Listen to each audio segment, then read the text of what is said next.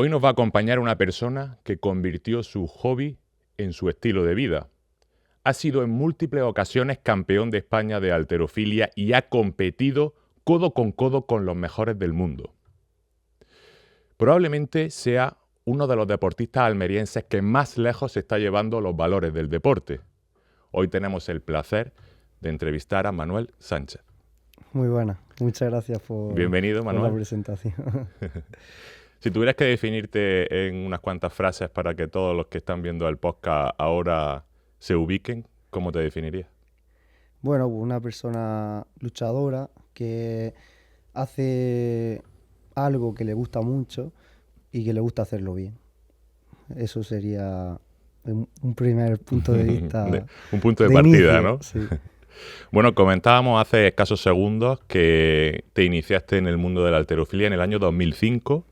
Parecía casi una profecía, ¿no? Justo cuando se hicieron los Juegos del Mediterráneo en Almería, tú arrancas con esa pasión que tienes por la halterofilia y en un barrio muy pequeño, Ventacarmona, que pertenece a una pedanía que es Santa María del Águila y todo perteneciente al municipio de Ejido.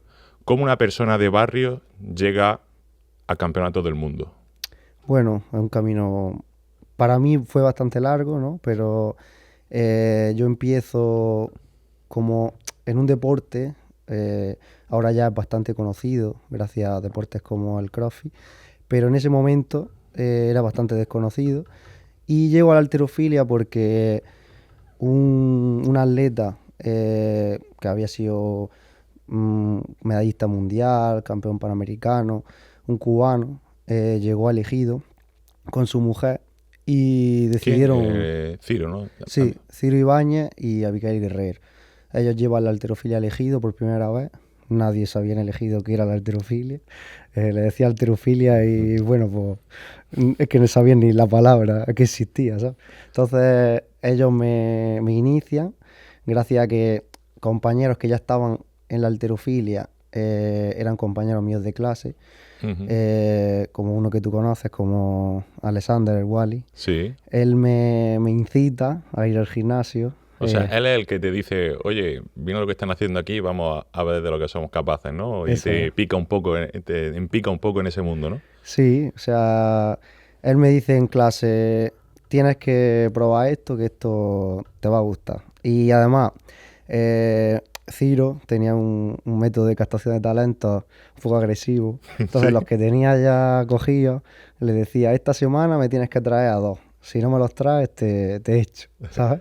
Entonces, ellos tenían la presión de conseguir a dos niños que por lo menos vayan a probar. Luego ya si se quedan o no, ellos ya habían cumplido, ¿no? Pero pues ahí empiezo. Fue el primer día, terminé con una agujeta que me iba a morir. El primer día, ¿no? Sí, y me acuerdo perfectamente lo que hice. Hice arrancadas con un palo de madera. Sí. Y sentadillas con una barra de 20. Hice 4 de 10, que al día siguiente no podía ni sentarme al bate. O sea, Eso nada más el primer día, Eso ¿no? fue el primer día, pero volví. O sea, mucha gente, ahora que tengo el boss y demás, ese día de agujeta, si lo pasas ya es porque tienes muchas probabilidades de quedarte. Es porque te va a gustar, Sí. ¿no? Y ya por cerrar un poco el tema de Ciro, ¿qué valor tiene Ciro para la halterofilia a nivel nacional o mundial? Tengo entendido que es una persona muy importante dentro de este deporte, ¿no?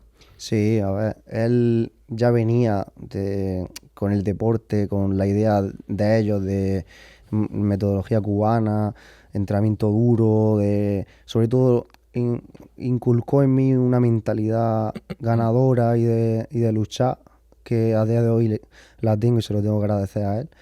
Y eso es lo que proyectó en los atletas del Ejido. Por eso, a día de hoy todavía tengo atletas que salieron de él y lo veo la diferencia de mentalidad, de superar obstáculos, de querer siempre ser un poco mejor, ¿sabes? De autoexigirte e intentar día a día mejorar y llegar lejos, que un poco ya lo iremos hablando, pero de eso, ese es el secreto, ¿no? Intentar hoy ser mejor que ayer y mañana pues, seguir superando esas pequeñas marcas que uno se tiene que ir poniendo para llegar a un objetivo final de lo que hablaremos más adelante. Bueno, hay mucha gente que te conoce obviamente dentro de este mundo y la gente que estará viendo el podcast, pero para los nuevos que se aventuran un poco por curiosidad para ver este episodio, cuéntale un poco hasta dónde has llegado como profesional, cuáles serían tus marcas top. Bueno, como hemos dicho, me inicio con 15 años. Para llegar a ser profesional me costó bastante. Bueno, eso luego nos adentramos, ¿no? Más. Pero he estado en el equipo nacional desde 2012 hasta el día de hoy. Aún sigo becado por la Federación Española de Halterofilia porque el año pasado estuve en el Mundial de Forde. He estado en 5 mundiales y 5 europeos absolutos. Yo etapa junior, sub-17, sub-15 a nivel internacional no llegué a ir a ninguno. Mi primer campeonato fue un mundial absoluto, entonces tengo campeonato absoluto. He ido a Juegos Mediterráneos y nada, la cuenta pendiente me faltó ir a unos Juegos Olímpicos, pero ese sueño lo cumplí con mi hermano David, que estuve en Río con él y vi la experiencia, la viví desde atrás, pero la viví como si yo hubiera estado en esa tarima levantando, así que esa parte está saldada ya. Tu hermano David que ha ido a Río y a Londres, ¿no? ¿O a Tokio? No. David estuvo en Río de Janeiro 2016. Sí. También clasificó a los Juegos de Tokio, que finalmente por el COVID pasaron a 2021. Y en París se quedó de primer reserva. O sea, estamos hablando de que junto a participación en Juegos Olímpicos y una reserva en París. Aparte de campeonatos nacionales y medallistas europeos, etcétera, etcétera, etcétera. Ya hablaremos también de David y de otros deportistas, no solo tu hermano, obviamente, sino otros deportistas que por tu larga carrera y por tu estancia en la residencia Joaquín Blume de Madrid, vinculado al Centro de Alto Rendimiento, pues has tenido contacto con un gran elenco de deportistas, no solo de la halterofilia, sino de otras disciplinas. Ya hablaremos de eso. Pero vamos a seguir un poco hablando de quién es Manuel Sánchez. Quiero poner en valor que hayas llegado a ser profesional sin haber tenido éxito en las categorías inferiores, en sub 14, sub 15, sub 16, sub 17. Eso es una cosa que a nivel general en el deporte es muy extraño, ¿no? Porque al final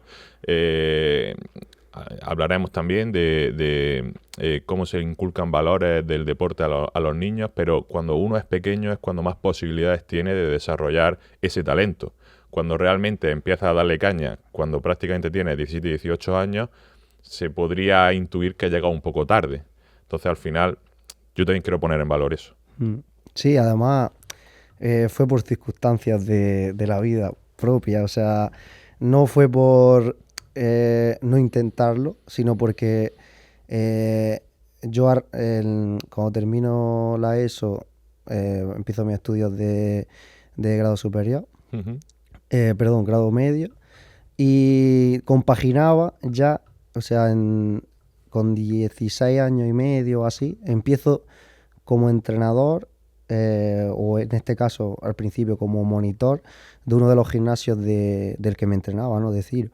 Entonces, en realidad llevo con el deporte y con esa faceta de entrenador desde muy atrás, desde 2009 aproximadamente, 2008. Empecé ya como entrenador a llevar una sala que estaba en el Polígono Cía Vieja. Muchos no conocen, pero hay un gimnasio muy chulo. No existía el CrossFit y ya Ciro se abrió una nave allí con boxeo, gimnasio, halterofilia, judo. O sea, ese gimnasio era el que estaba allí todos los días. Entonces, ¿qué pasa? Que para llegar a destacar en un deporte tienes que tener el foco absoluto. Entonces yo tenía muchos focos abiertos ahí. Entonces no le estaba dando la calidad que se tenía que dar al entrenamiento para poder destacar en esa edad. Yo estaba muchas cosas, trabajaba, estudiaba y entrenaba. Entonces llegaba ahí, estaba entre los mejores de España, pero para las marcas que se pedían para salir fuera a nivel internacional, me faltaba un poco. Me faltaba ese descanso, me faltaba ese foco solo en el deporte. Entonces, eso ya viene más adelante, pero si quieres te sigo contando hasta No, cómo llegué no, a... no, sí, más adelante un poco repasaremos biográficamente hasta qué momento ya te dedicas como profesional, que justamente quiero adentrarme en eso. ¿En qué momento tú ya ves que tienes condiciones y que te puedes dedicar profesionalmente a la halterofilia? ¿Hay un momento, recuerda un día exacto o forma parte del proceso? Mira, yo creo que más que el sentir que lo podía hacer, era el tener ese sueño. Mi sueño primeramente era ir al equipo nacional, porque la situación en la que estaba yo, de familia y económica, no me permitía dedicarme plenamente a la halterofilia. Entonces mi única vía era la selección nacional se fijara en mí y que me llevaran a la residencia Joaquín Blume, donde ahí sí iba a tener el foco, iba a poder entrenar para salir internacionalmente. Pero eso tarda mucho en llegar. O sea, yo trabajo, como te digo, con Ciro hasta los 2012, perdón, hasta 2010, y en 2010 Ciro se va a Canadá, Ujú. ¿sabes? Ahí se va a Canadá y yo me quedo, o sea, no tenía gimnasio, no tenía nada. Sí que me deja una tarima y uno de los que entrenaba yo en el gimnasio me dice, oye, pues si quieres, pues vente y trabajas conmigo. Y estuve trabajando 2 años con un transportista, Ujú. de mecánico, un trabajo muy típico de aquí que es alistar los camiones, lavarlos, echarle gasoil, ponerlos a punto, mecánica básica. Antes de los viajes que vayan a hacer. Eso es. Pues yo estuve 2 años ahí y entrenaba terminaba de trabajar y tenía una tarima con un rack para hacer sentadillas y ya está. Pero allí en el trabajo. Sí. Estuve 2 años ahí, pude destacar un poco, gracias a que, bueno, fue una desgracia, ¿no? Para él, pero la empresa empezó a caer y de ahí el famoso titular de marca del paro al mundial, porque reducí jornada, media jornada, entonces me pude dedicar un poco más.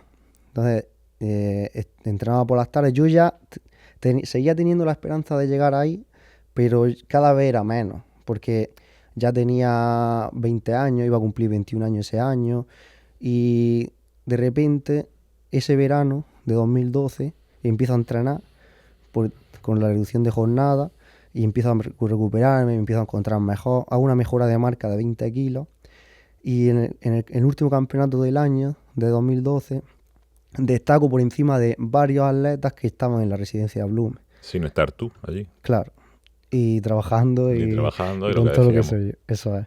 Ya, ya. ¿Y qué pasa? Que uno de ellos, por bajo rendimiento académico, porque también tienes que compaginar el deporte con el estudio, pues lo sacan de la Blume. Y yo no entro como, normalmente las becas empiezan en septiembre, pues yo entro en diciembre. Ujú. Y entro el día de mi cumpleaños, el 24 de diciembre, 24 de noviembre de 2012. Y me Vale. llaman. Y me llaman un viernes. Y estaba en el taller. Y me llama el entonces secretario de la Federación Española, Mariano. Me llama y me dice, oye, ¿tú quieres entrar a la Blumen? Y yo, ¿qué? Tú flipando, ¿no? Y Ahí en ese momento. me dice, puedes entrar en enero. Dice, o sea, puedes entrar en enero, pero no, si puedes, ya sé que es apretado, pero si el lunes estás aquí, mejor, porque si pasa un tiempo que no se cubre esa plaza, es como que el deporte de la halterofilia pierde una plaza. Entonces me dice, le dije, no te preocupes, que el lunes estoy ahí. Hago la maleta, celebro mi cumpleaños ese sábado y el domingo cojo las maletas y Vale, para vale, Málaga. vale, vale. Y ahí empieza todo. Pues, bueno, muy emocionante. Íbamos a hablar de esto un poco más adelante, pero se ha dado que lo has sacado ahora. Ese titular que te hace la revista Marca, que todavía se puede leer, aunque hayan pasado más de 10 años. Está ahí en la página web de Marca, del paro al mundial, ¿no? Como de lo que a priori puede ser una noticia mala, es el clic, es realmente lo que se habla mucho ahora en redes sociales. Enfócate, pones el foco ya en tu prioridad, que es entrenar y conseguir mejorar tu marca, y por otra carambola, ¿no? Este chaval que deja su plaza, ¿no? Tiene que dejar su plaza en el centro de alto rendimiento, pues la ocupas tú en su lugar y cumple un poco ese sueño, ¿no? No sé si eso ya implica estar en el equipo nacional, el estar ya allí. No, no como tal. Equipo nacional se renueva cada año. O sea, Vale. te puedes nombrar miembro del equipo nacional mientras estés becado, que las becas solo las consiguen los que compiten siendo absoluto, o un europeo absoluto o un mundial absoluto. Solo tienes 2 oportunidades al año de salir internacionalmente, Ujú. salvo los años que hay Juegos Mediterráneos o Juegos Olímpicos. Entonces, eh, ahora mismo en ese momento no era selección española, Vale. era un proyecto Pues ya estaba mucho de más selección cerca. Ya española. estaba mucho Estoy más mucho cerca. más cerca. El sueño mío era entrar en la Blume, porque yo desde casa yo me metía, entonces pues estaba YouTube. Entonces yo veía los vídeos de la selección española, cómo entrenaba José Navarro, Lidia Valentín, Antonio Tarifa, María de la Puente. Yo todos esos vídeos los veía mucho y yo estaba enfermo de la halterofilia. Es un deporte que te entra y el que de verdad le entra llega a ser hasta enfermedad de lo que te De lo que gusta. te Yo me engancha. pasaba días enteros viendo vídeos. Entonces mi sueño era entrar a la Blume y ser miembro del equipo de la Blume. Vale. Tu hermano ya estaba allí, Sí, ¿no? O sea, tu hermano, fíjate el talento, ¿no? Empieza después de que tú empieces en el mundo de la halterofilia, pero él tiene ya ciertas condiciones, obviamente, y él a lo mejor sí pudo poner ese foco desde el principio, y mientras tú estabas deseando entrar en la Blume, él ya estaba allí. sí. ¿Has tenido que renunciar a muchas cosas de joven para llegar hasta donde estás? Pues mira, no diría renunciar porque yo entré con 21 años. Entonces, yo toda la etapa esta de los 18 años, de salir de fiesta y a mojaca, eh, La faceta disfrutona, ¿no? sí, esa la tenía salda ya. Vale. Entonces, yo ya iba con todo eso vivido. Entonces, no eché de menos nada en ese momento. O sea, mi felicidad era eh, pues levantarme por la mañana y desayunar con Andrés Mata, Lidia Valentín, eh, ir a entrenar a las 10 de la mañana, tener un sueño, porque al final eh, en la vida, si tú tienes un sueño y persigues algo, es lo que te mueve a tener una rutina, a cuidarte, a estar emocionado cada día por buscar ese sueño, ese objetivo que te ponga en ese momento. Entonces yo busco eso y eso es lo que me mueve a mí. Entonces, el hecho de estar allí ya me cubría todo. Me quedo un poco sin palabras, ¿no? Porque eh, me pongo en situación, ¿no? Uno tiene que aspirar alto, soñar grande y ver una meta a lo lejos para saber que día a día tienes que ir haciendo esas pequeñas cosas, esos pequeños hábitos que te van acercando poco a poco a esa meta que te marcan, ¿no? Y no levantarte cada día con una aspiración distinta, así no llega a ningún lado. Yo pienso como tú, ¿no? Tienes que marcarte una meta fija en el horizonte y ir sabiendo cada día qué es lo que tienes que hacer para ir acercándote cada día más, ¿no? Eso es. Y levantarte cada día con ese propósito, ¿no? Y saber que estás haciendo las cosas bien para poder alcanzarlo. Bueno, vamos a hablar de tu familia, Manu. Es bastante curioso, ¿no? Porque al final tú has creado una atmósfera profesional, porque has creado un box, eres dueño de Box Alter Ejido, y en ese box, pues, lo has hecho con tu pareja, ¿no? Y con un socio más, y además está como entrenadora tu hermana Alba, y además ya hemos comentado que has competido y estás muy vinculado con tu hermano David. Entonces, como que estás muy vinculado con tu familia y tu pasión y tu mundo profesional, ¿no? Eso es así. Sí, o sea, a Cristina la conocí en Madrid. Ujú, Entonces, de mi etapa en Madrid me llevé una de las cosas más importantes de mi vida a día de hoy, que es mi pareja. ujú. Entonces, de Madrid ya, con haber conseguido eso allí, ya muchísimo. Ya. Y ella deja todo allí, ella llevaba en un box de CrossFit como entrenadora y respetada, estable, y decide dejarlo todo, toda su vida allí.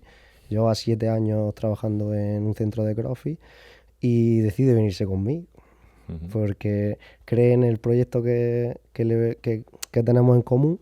Empezamos, ya ves tú, que empezamos en una salita en el Estadio de Santo Domingo, que eran los atletas del club con los que generábamos dinero y con mi beca de la selección española. O sea que pasamos a, o sea, no vivir bien, pero no... Con los o sea, recursos, digamos, normales, limitados. Eso es. Y Fíjate que lo que suele ocurrir es a la inversa. Uno va a Madrid o a Barcelona a cumplir sus sueños y ella lo ha hecho al revés. Ella lo ha hecho a la inversa. Está aquí con su acento madrileño. yo creo que es porque no sabía Lo que se esperaba aquí, ¿no? Claro. Y ya no tiene vuelta atrás.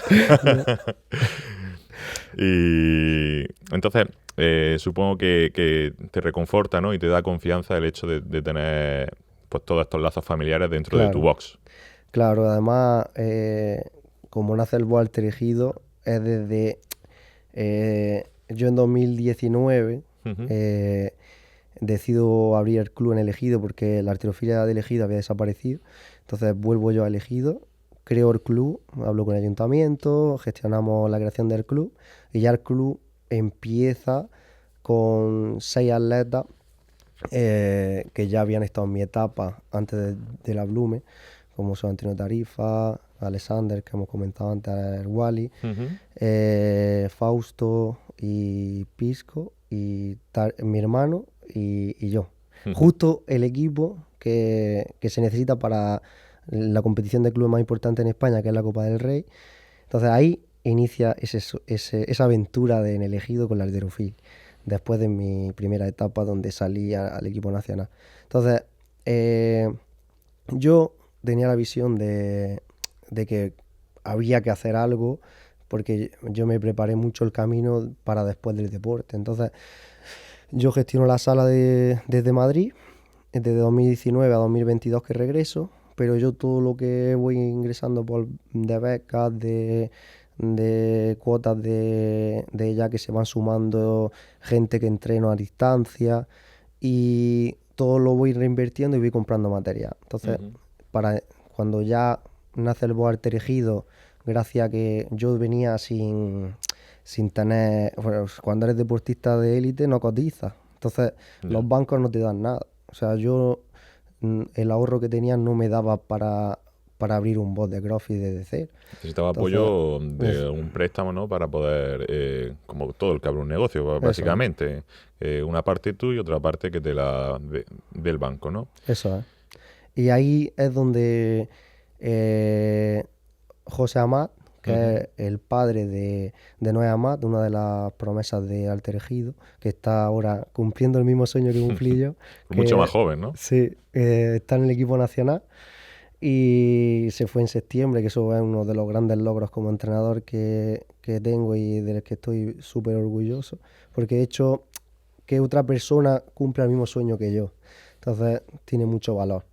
Pues José apuesta por nosotros y nos da ese incentivo, quiere formar parte porque él es un padre entregado a su hijo, que lo lleva a entrenar, él entrena, es campeón de España Máster también, y decide meterse con nosotros en box Terejido, y gracias a Cristina y al proyecto y al objetivo que tenía yo desde 2019, pues se crea el box Terejido, que es donde entrenas tú. Sí, bueno, eso también hay que decirlo, ¿no? Que yo me siento muy contento y de poder formar parte del box como un usuario, como otro cualquiera, pero que me da lo que a mí me hace falta, ¿no? Esa adherencia de poder hacer deporte todos los días sin que me cueste, y una persona que de base es bastante patosa, como soy yo, pues está consiguiendo mejorar poco a poco. Y además me lo paso súper bien, así que Muchas gracias también Supongo que en mi caso será el de mucha gente, así que es una labor espléndida. Sí, yo lo disfruto mucho y también disfruto de veros crecer día a día y sobre todo de veros día a día, ¿sabes? Bueno, Manu, pues ya tenemos una idea de cómo empezaste, cómo luchaste, cómo tuviste que superar esos escalones que pues, te va poniendo la vida hasta poder cumplir tus sueños y dedicarte profesionalmente a la halterofilia. Ahora quiero adentrarme un poco en ese mundo del atleta profesional, de la vida profesional, de las rutinas que debe tener un atleta para poder conseguir objetivos, ¿no? ¿Cómo es la vida, cómo es un día normal en la vida de un deportista de halterofilia profesional? Mira, te voy a hablar de la etapa donde verdaderamente se podía decir que era profesional.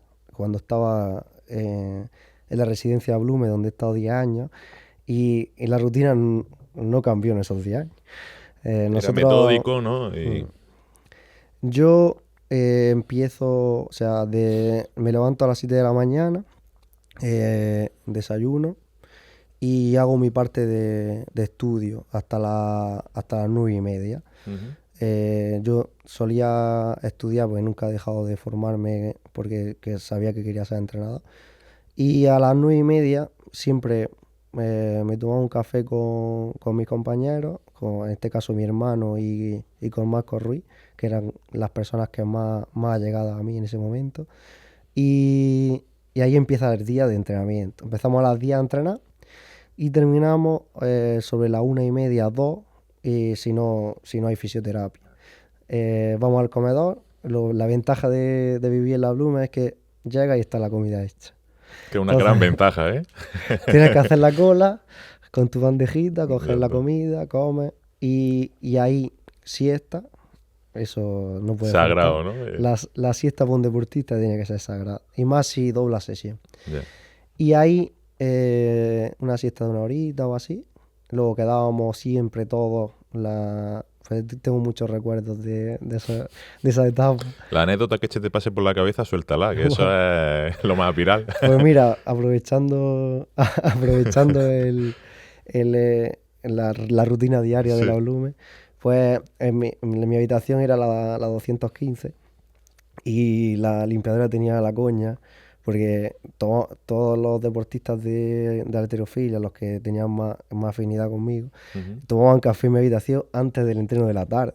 Entonces Vale. le llamaba como la cafetería. O sea, mi habitación era la cafetería, porque tenía una cafetera eléctrica, pero italiana.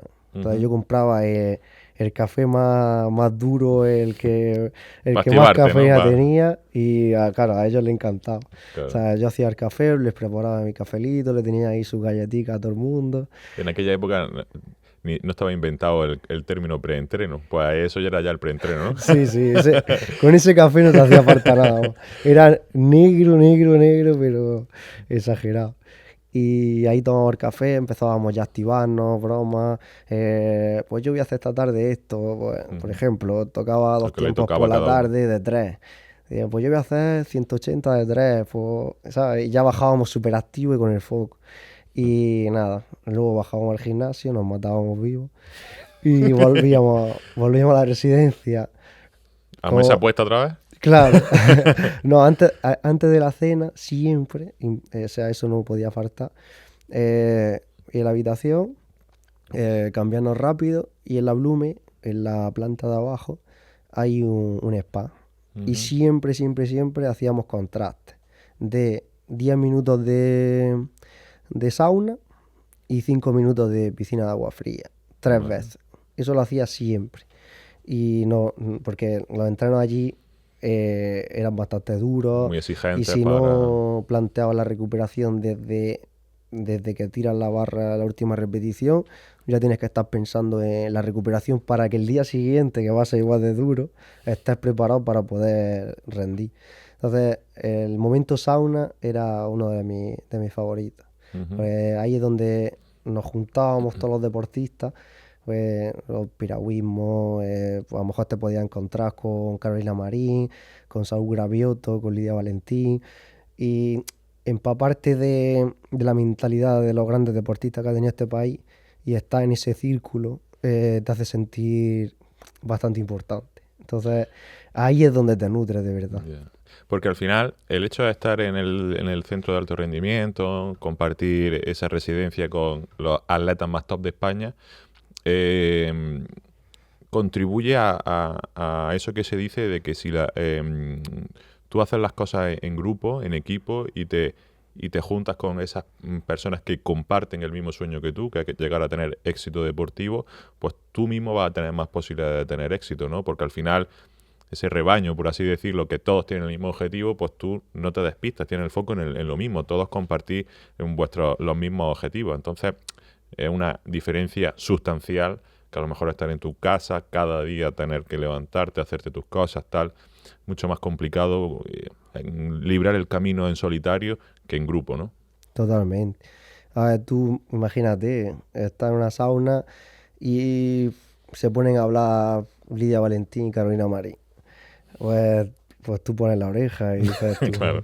están hablando de dos de las personas deportistas más importantes de la historia de este país y Sí, han coincidido en la misma época. claro. Entonces, pues una conversación de esas dos sin cámara, sin nada, o sea, como son ellas realmente, pues no tiene precio. Entonces, Ya, de ahí te empapa.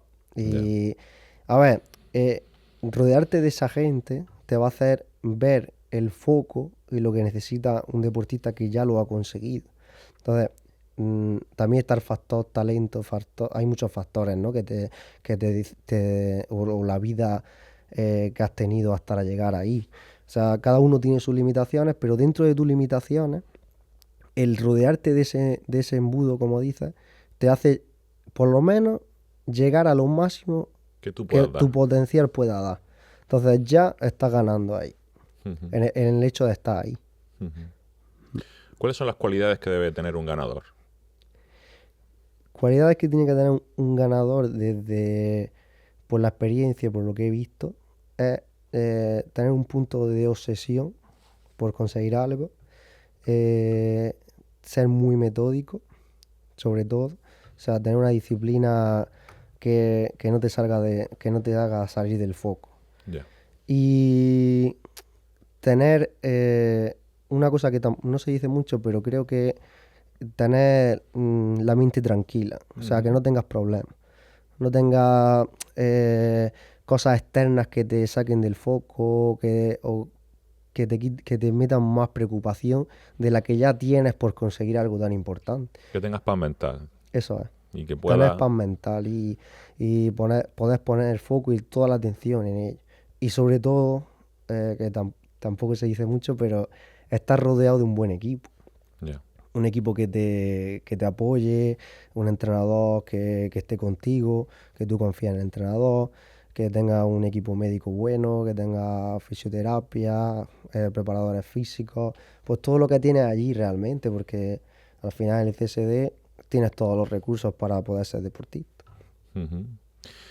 ¿Y cómo puedes potenciar esas cualidades? Al final, que estés obsesionado con algo, eso te tiene que nacer de dentro, ¿no? Ya descartamos la primera porque eso al final te tiene que nacer, ¿no? Pero, por ejemplo, el aspecto de la paz mental, del abstraerte de otras cosas que no te influyan. Eso, un deportista, pues, no sé, me lo invento, puede hacer meditación, puede llevar a cabo ciertas rutinas, puede leer, no sé. ¿Cómo tú tenías algún método para poder mentalmente que no te influyeran otros factores? Pues mira, tener siempre una cosa que da mucha paz mental es tener un plan B, ¿no? Mm, Porque si no tienes plan B, todo está... es como si en un juego pones todo al rojo, ¿no? Pues si pones un poquito en el negro, pues puede ser que escapes y no te caigas en la miseria, ¿sabes? vale. Entonces hay que tener un plan B. Yo siempre he tenido mi plan B, he ido sembrando, formándome como entrenador, como te dije antes, comprando materias para en un futuro tener un centro de entrenamiento. Entonces, si tienes el plan B, o sea, puedes trabajar con más tranquilidad Vale. y entrenar duro de verdad, sin tanta presión. Pues al final tienes que quitar presión. Eso te lo da también, yo no lo he tenido, que es beca alta, por ejemplo, Ya, las becas ADO, pues un deportista que queda del top 8 mundial, tiene la paz de que económicamente pues va a estar bien. ya. Porque en el deporte, si no eres top 8 mundial, no vas a vivir de deporte. O en este deporte, en otro a lo mejor es el 1000 mundial y tiene un Claro, contrato de 2 millones de euros. ya. Bueno, Pues en cada deporte es distinto, ¿no? Pero en este deporte, que es un poco minoritario respecto a otros, que te la juegas con lo que hagas en X fechas al año, Campeonato de Europa, Campeonato del Mundo, y además, a su vez, es un deporte muy, entre comillas, cabrón, que es que te lo juegas todo en 6 movimientos, ¿no? sí, Entonces, el aspecto mental parece fundamental, ¿no? Porque al final tienes mucha adrenalina, tienes mucho tal, mucho entrenamiento, que al final todo se resume en 6 movimientos y lo que implican esos 6 movimientos que puedes hacer en ese torneo, que en el futuro pues te va a implicar el tener una beca o no tenerla, el exacto, clasificar o no clasificar, el que se fijen más o se fijen menos. Entonces, estamos ahondando en el tema mental porque tiene mucha importancia dentro de un deporte tan físico como la halterofilia. totalmente. Además, yo hablo de lo que conozco, pero fuera o sea, dentro del deporte olímpico, quitando el baloncesto, el fútbol, el tenis, que pueden ser deportes más profesionales, Ujú. eh, todos en realidad están igual, en lo mismo, porque estando viviendo allí, pues he hablado con todos los deportistas de todos los deportes y expresan lo mismo, que te la juegas todo a una carta. O Ya, sea, tú estás todo el año entrenando. Tú imagínate que tú trabajas todo el año para un día. O sea, que tú ya has hecho todo el trabajo. Y si ese día no sale bien, o tienes tú el año fiebre, o siguiente yo no qué sé. cobras. ¿Sabes? Claro que hay Entonces, mucha casuística porque, tío, te puedes resfriar, puedes tener fiebre, puedes haber recibido una mala noticia familiar y que justo te pillen ese día, tienes que tener la fortaleza y la capacidad para poder hacer bien tu trabajo porque te juegas tu futuro. claro. Además, tienes mm, beca solo se puede conseguir en dos eventos, en el europeo o en el Ya, mundial. Si no está ni en uno ni en otro, al año siguiente no cobras nada. O ya, sea, por ejemplo, yo hablo como deportista andaluz, que las becas de Andalucía, porque también diferentes autonomías, pues es diferente, ¿no? Pero ujú, aquí en Andalucía solo pagan a los deportistas si son internacionales, europeo o mundial, igual que a nivel nacional.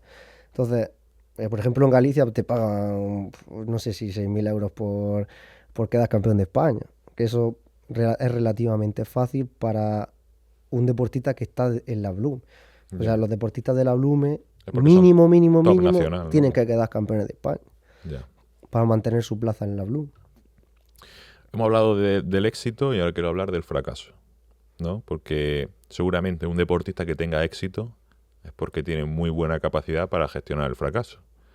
¿Cómo se levanta uno de un talegazo en una gran cita? Pues mira, eso yo creo que te enseña la vida, ¿no? Porque al final el que compita es peor el no llegar por una lesión o que en el camino pase algo de que no te haga llegar al campeonato. Porque si llegas al campeonato ya tienes el trabajo hecho. O sea, ya has disfrutado de la preparación y en el campeonato, intentándolo, si te pegas el taponazo, pues no pasa nada porque, o sea, Puede ocurrir, ya está. pasa porque económicamente, como hablábamos antes, pero ya has disfrutado de ese proceso. Yo, los peores momentos que viví en el deporte han sido por las lesiones que he podido tener. Porque eso es lo que te corta la progresión, te quita de poder competir y te pone una incertidumbre que a veces sientes de que, o sea, no estoy haciendo lo que me gusta, ¿sabes? Ya, Porque hay una limitación que no me lo permite. Y la incertidumbre de estar de médico, de fisio, esto, lo otro, y no sabes si te vas a recuperar. ya. Y con la presión de que tienes que competir en ese año, porque si no el año siguiente no cobras o no te renuevas la beca. Entonces, ahí es donde he pasado estos años que he podido estar así, Pues yo he tenido 3 operaciones de rodilla por una complicación de...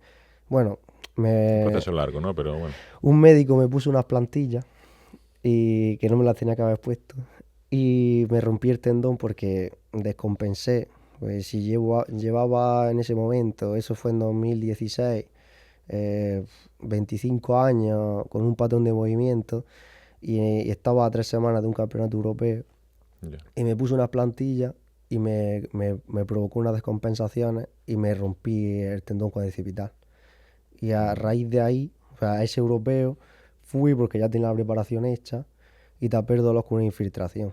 Entonces, seguí entrenando, ocultando el dolor y se fue agravando. Y ese problema lo tenía desde 2016 a 2021, que he estado lidiando con ese problema. Entonces, ahí esa es la etapa más dura, por así decirlo, de mi carrera. Pues fue una decisión, una mala decisión que tuvo muchas consecuencias Ya. negativas. Parece una cosa casi de broma, ¿no? Unas Mm, plantillas, Sí, lo que pueden desencadenar. claro. Y esa presión que tú te metes cuando tienes una lesión porque te impide hacer lo que te gusta y para lo que vives, ¿aumenta esa presión infligida por otro agente? Me refiero a federaciones y tal. Es decir, cuando un atleta está lesionado, siente también presión de su club o de su federación y tal, como para decir, recupérate o date prisa que te necesitamos. Sí, o sea, es el peor momento. Pasas de ser el deportista que está en el momento, de estar ganando campeonatos, de ir a un campeonato, a otro, salir con la selección española, a que te miren, te llegan a mirar como medio con desprecio, ¿sabes? Sí. Sí, porque al final allí era un número, o sea, tú estás levantando, todo perfecto, la mano, te hacen el baile, pero cuando estás lesionado, a mí me ha llegado a decir uno de los directivos de la Blume en la sauna, delante de todo el mundo, decirme, ¿tú qué? ¿Tú cuándo vas a salir de aquí? O sea, como refiriéndose a que llevas mucho sin salir a campeonatos internacionales. Ya. Claro, y tú estás en tu peor momento, que jodido vivo, haciendo rehabilitaciones, currándote lo máximo, porque yo nunca, o sea, estando lesionado, nunca he dejado de ir al gimnasio. Pues si no podía hacer una cosa, he hecho musculación, he hecho redactación de esa propia lesión, me he buscado la vida con fisios, con médicos. De hecho, me he sometido a 3 operaciones para seguir en el deporte. Ya. Que mucha gente pues dice, me tengo que operar, esto, pasar la rehabilitación. Pues yo considero que he hecho lo imposible por seguir en el deporte y seguir rindiendo en el deporte. Y claro, en ese momento que tú estás jodido, que estás de bajón, escuchar eso, Y encima es duro. delante de la gente, ¿no? Que al Claro, final claro. eso mentalmente, psicológicamente te agrava más, ¿no? Yo creo que también con esos palos es lo que a ti te ha forjado para seguir siendo top español con 30 y ¿cuántos años? 35. Mira, este año ya soy máster, ¿no? Así que cumplo 35 en noviembre, sí. Vale. Ya soy atleta veterano, como le Bueno. dicen. A partir de los 35 ya te consideran veterano, pero yo he visto a deportistas ganar una medalla de oro con 37 años. O sea que hay esperanza. Muy bien. ¿Qué se siente justo antes de un gran levantamiento en una gran cita internacional? ¿Qué se te pasa por la cabeza? Pues cada campeonato es un libro abierto. O sea, cada campeonato tiene una preparación detrás. Depende de cómo haya sido esa preparación, tú vas con una determinada confianza a competir. Entonces, los campeonatos que han ido bien, o sea, que tú te has preparado bien, que has disfrutado de la preparación, que te lo has pasado bien, que has cumplido semana a semana con los objetivos, como digo yo, con los objetivos corto, medio y largo plazo, Ujú. ¿no? El largo plazo pues sería la competición más importante del año. Corto plazo puede ser objetivos, microobjetivos semanales de tengo que hacer para levantar 160 de arrancada, ¿no? Pues mi objetivo esta semana es hacer 150 de 3 repeticiones, ¿no? Entonces yo sé que cumpliendo ese objetivo, sé que voy a estar más cerca de levantar esos kilos, ¿no? Entonces, la preparación que hagas te llega con una confianza o menos confianza a una competición. Que llegas con algún dolorcillo, que te quita confianza. Entonces, cada competición es diferente. Pero siempre, cuando tú te pones a calentar en una competición internacional, por ejemplo, yo lo que sentía, que si estaba bien preparado, era mi fiesta. O sea, ese era el día de fiesta a mí. O sea, ahí iba a sacar todo lo que había entrenado durante todo el año.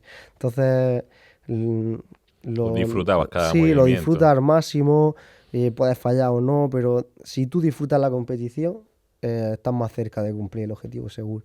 Pero, claro, si no llegas en forma porque algún dolorcillo te ha evitado hacer la preparación bien, pues ya llegas con nervios. Entonces, ese salir a la Empiezan tarima, dudas, ¿no? Te empiezan a surgir claro, dudas en la fase de calentamiento o en los momentos previos a los levantamientos, ¿no? sí. Cuando hay pensamientos fuera de lo que estás haciendo en ese momento, es cuando de verdad tiene un problema y el 100% de los casos no va a competir bien. O Ya. sea, para competir bien tienes que estar 100% seguro de lo que estás haciendo y haber llenado la mochila de confianza, de, De refuerzo joder, ¿cómo no voy a positivo. competir bien si he hecho, yo qué sé, pues 250 de sentadilla Ya, o si es que he mejorado en todos los ejercicios? ¿Cómo no voy a competir bien? ya, O sea, te refuerzas positivamente y vas allí con todo. O sea, ya. tienes que ir alimentándote positivamente para llegar con confianza. Que eso no se hace en el mismo día de la competición. No. Se hacen esos 8 meses, o no, no, me lo invento, ¿no? 6 meses previos, donde cada día te has levantado con ese objetivo que decíamos final, que era esa competición, haciendo las cosas bien, de alimentación, de entrenamiento y de descanso, ¿no? ¿Qué porcentaje de éxito se corresponde con el talento o la genética? ¿Y qué porcentaje le atribuimos al trabajo diario? Pues mira, aquí siempre hemos debatido, he tenido conversaciones bastante profundas con compañeros míos sobre esto. Y deportistas top, estamos hablando de medallistas mundiales europeos, la condición de talento la tienen que tener. Si no tienes talento, ahí, por mucho que entrenes o mucho que te dediques, no va a llegar. Eso es imposible. Pues tiene que ser, te estás poniendo el objetivo de cuánta gente hace este deporte, Ya, en ser el mejor del mundo. O ya, sea, tienes que ganarle a mucha gente. Obviamente, ese talento, ese deportista talentoso, va acompañado de una disciplina, de una dedicación. Entonces, tienes que juntar los dos pilares. Pero que un deportista talentoso, si no tiene la otra cosa, no va a llegar tampoco a conseguir medallas ni a ya. ser no va a llegar a conseguir grandes cosas. O sea, tienes que tener las dos patas. ¿Cuál di- Pero el talento le pondría un poquito más, o sea, porque es muy determinante. a lo mejor 55 por una parte, 45 la otra, o 60-40. Sí, podríamos decir 60-40, pero es que si el talentoso no tiene El la 40% de... constancia, la disciplina, el cuidarse, el ir o sea, no va a conseguir Ya, llegar a nada, ya, tampoco. Entonces tienes que tener las dos. Una no es independiente de la otra, pero sí que para llegar a lo que estamos hablando de deportistas top, tienes que tener mucho talento. Porque estás compitiendo contra gente de todo el mundo. Eh, ya. Gente que, por ejemplo, culturas diferentes, como la China, que tiene una cultura del trabajo que es excepcional. Tú para ganarle a un chino, que tienes que tener mucho talento y mucho trabajo. O Porque sea, ellos ya como que el trabajo lo tienen ya. claro. Y aparte tienen unos profesores, ¿no? Que van como por encima del resto. Ya lo hemos comentado en otras ocasiones, ¿no? Que la Federación China es como la que lidera a día de hoy un poco a nivel mundial el mundo de la halterofilia, ¿no? Sacan atletas, vamos, por un tubo. Sí, son los que, si hay, ahora por ejemplo para estos Juegos Olímpicos hay seis categorías en hombres y seis en mujeres. Ujú. Y ellos, lo máximo que pueden llevar, pues está limitado a la participación por países, son 3 y 3. Vale. Entonces, ellos, si llevan 3 y 3, los 6 que van Son medallistas. son medallistas, pelean por el oro. O Joder. sea que es la federación más potente. Pero también está Corea del Norte, de repente son buenísimos. Las que- cosas de repente surgen quizá por uso de sustancias, ¿no? Y tal, o eso es un tema muy delicado y hay que atribuirlo cuando realmente se sepa. No, hay O que... sea, a la historia de la halterofilia se ha visto, ¿no? Que le han quitado a gente medallas porque posteriormente se ha demostrado que han utilizado sustancias ilegales para optimizar sus marcas, ¿no? Eh, eso es una constante ahí que está en el deporte y que hay que lidiar con ella, ¿no? Yo considero que hay que hablarlo bastante. No hay que ocultarlo porque al final le estás dando, o sea, lo estás normalizando. Entonces, tú tienes que denunciar eso. Porque tú al final estamos hablando de todo el esfuerzo que conlleva llevar un campeonato y todo lo que repercute a nivel personal, ¿no? Yo, por ejemplo, a nivel personal, solo me ha tocado 2 veces, ¿no? Que, por ejemplo, yo en el Mundial de 2017, mi mejor puesto mundial, quedé el 13 en ese momento. Y el 12 consigue la beca A, ¿no? Ujú. Entonces, era un salto de dinero que en ese momento, a nivel personal, pues me venía muy bien. Ujú. Y dio positivo un lituano y pude conseguir, porque como hicieron los controles pronto, pude conseguir que me pagaran esa beca, ¿no? Vale. Y claro, por ejemplo, en el europeo de 2018, yo quedé cuarto. Mi mejor puesto a nivel internacional europeo Sí, fue cuarto en arrancada, cuarto en 2 tiempos y quinto en total. vale. Pues el, el que ganó dio positivo 2 meses después de ese campeonato. Entonces, eso, bueno, a lo mejor si ese tío hubiera dado positivo antes del europeo, yo podría estar hablando de que podía haber sido medallista europeo, que es joder, no muchos deportistas españoles han podido conseguir Ya. eso y estaría dentro de esa escala. Entonces, sí que perjudica mucho. Pero me han perjudicado mucho más a compañeros míos que han estado más en el top, como Andrés Mata, que tiene 3 Juegos Olímpicos. En Londres quedas octavo y pasa a cuarto, porque 4 de Madre delante mía. de él dan positivo. O 4. sea, rozando la medalla olímpica. ¿Y todos generalmente tienen en común que son de países del este o no tiene nada que ver? Sí, una vez bastante. O sea, Proliferan más, ¿no? se puede decir porque si miras los historiales de objetivo, positivos, pues ves que qué país está más metido en el dopaje que otros, ¿no? Sí, Nosotros, por ejemplo, no tenemos casos de dopaje, ya. ¿sabes? Entonces, sabes que España va limpia. Alemania no tiene casos de dopaje, Italia tampoco. Ya. Son países y además que lo denuncian y están metidos en Ya. organismos de la Federación Internacional y persiguen esto.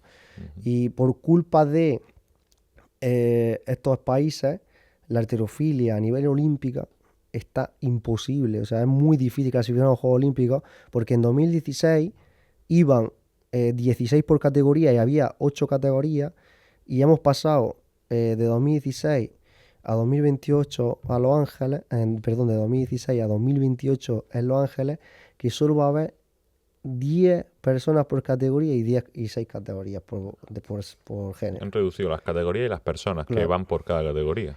Tú ahora, para clasificar unos Juegos Olímpicos, tienes que estar en el ranking mundial, ¿vale? Entre los top 10.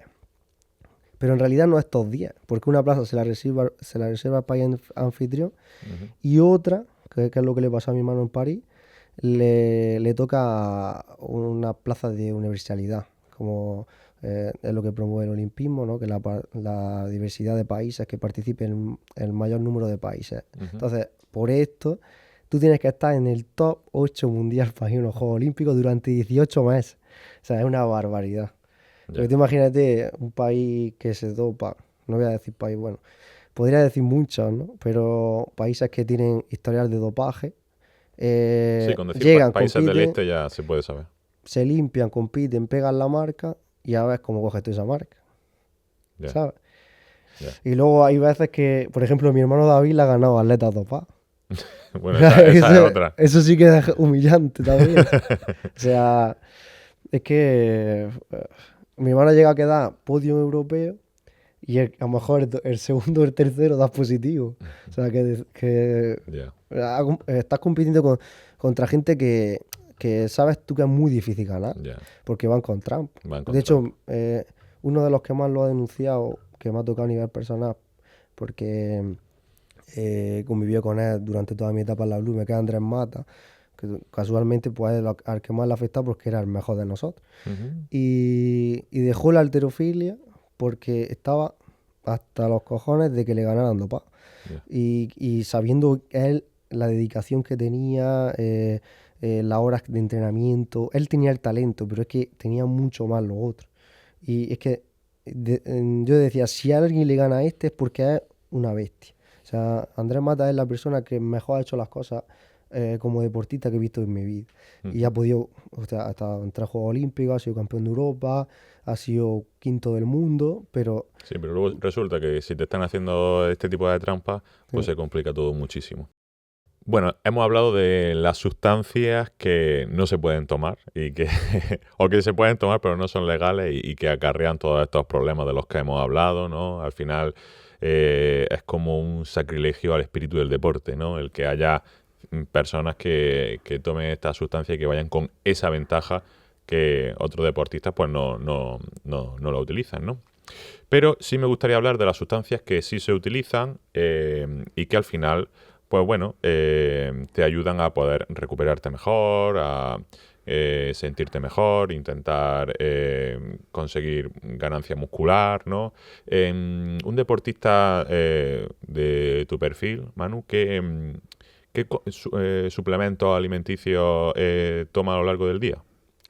pues mira, yo no soy muy fanático de la suplementación, la verdad, porque he hecho preparaciones donde solo he tomado creatina y cafeína o preentreno, que Que la- son los dos suplementos que más he notado yo en mi carrera deportiva que me han provocado un beneficio a nivel de recuperación y de activación para aprovechar mejor esas sesiones de entrenamiento.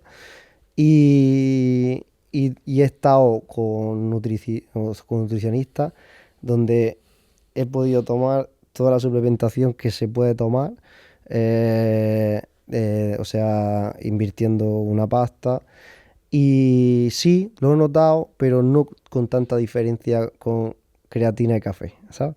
Entonces, no soy muy fanático de la suplementación, pero sí Vale. que te puede ayudar. O sea, cuando entrenas doble sesión, pues necesitas recuperadores. Por ejemplo, ahora aquí en estas zonas que son muy cálidas, que hace mucha calor, pues necesitas hidratarte bien con electrolitos para que no tengas calambres, que al final la deshidratación pues te provoca pues, roturas musculares y si tienes una rotura muscular pues te está cortando el entrenamiento. Ya. Entonces sí que hay ciertos momentos y ciertas circunstancias que sí que te puede ayudar bastante. Entonces, según qué momento, según qué circunstancia, según la importancia que tenga la competición o lo que estés preparando o el objetivo que tengas, pues son bastante recomendables. Pero a día de hoy, yo te digo sinceramente, o sea, yo tomo creatina, tomo café o preentreno y ya está, no tomo Vale. nada más. Que al final la cafeína la utilizas para activarte en los momentos previos a un entrenamiento Ujú. y la creatina es una sustancia que ya produce nuestro cuerpo, pero en unas cantidades, digamos, muy pequeñas, entonces pues se le da como ese empujoncito, ¿no? Pues para que muscularmente pues estar mejor, tener un poquito más de capacidad, ¿no? Sí, Incluso mentalmente hay estudios que le dan, atribuyen a la creatina beneficios como de agilidad mental y de sentirte bien mentalmente. O sea que esos dos los básicos, ¿no? sí, eso van conmigo siempre. Y un poquito, y un poquito de hidratación para no deshidratarnos.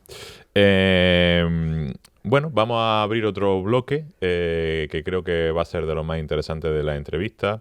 relacionado con la vinculación que tú has tenido con ciertos atletas, muchos de ellos ya han salido los nombres, ¿no?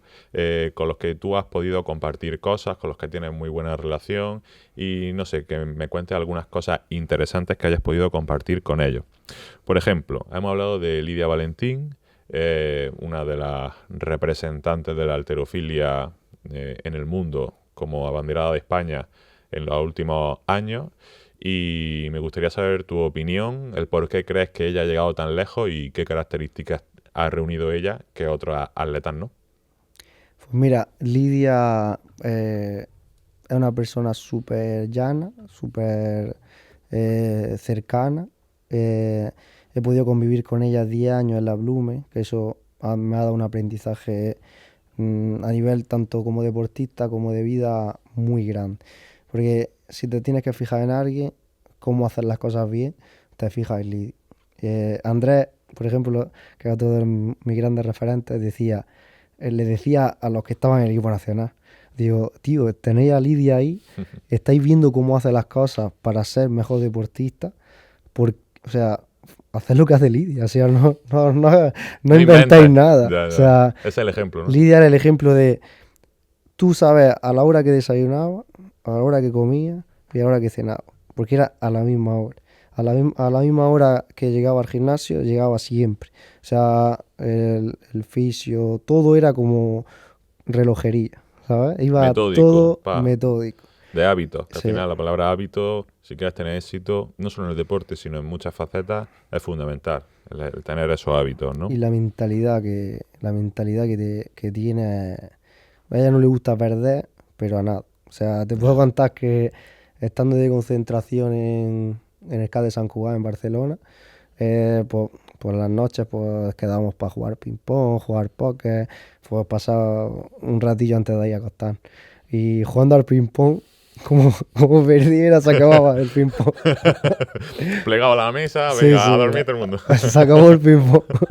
O sea, a él no le gusta perder a nada. O sea, es un atleta excepcional. O sea, esa es otra faceta, ¿no? El espíritu competitivo, el claro. hambre que tenga cada atleta, ¿no? Sí, sí. O sea, y o sea, les gustaba que se hicieran las cosas bien. Uh-huh. O sea, porque ella, o sea, para un entrenador tener una Lidia Valentín es un regalo. Porque sabe que todo lo que le ponga lo va a hacer.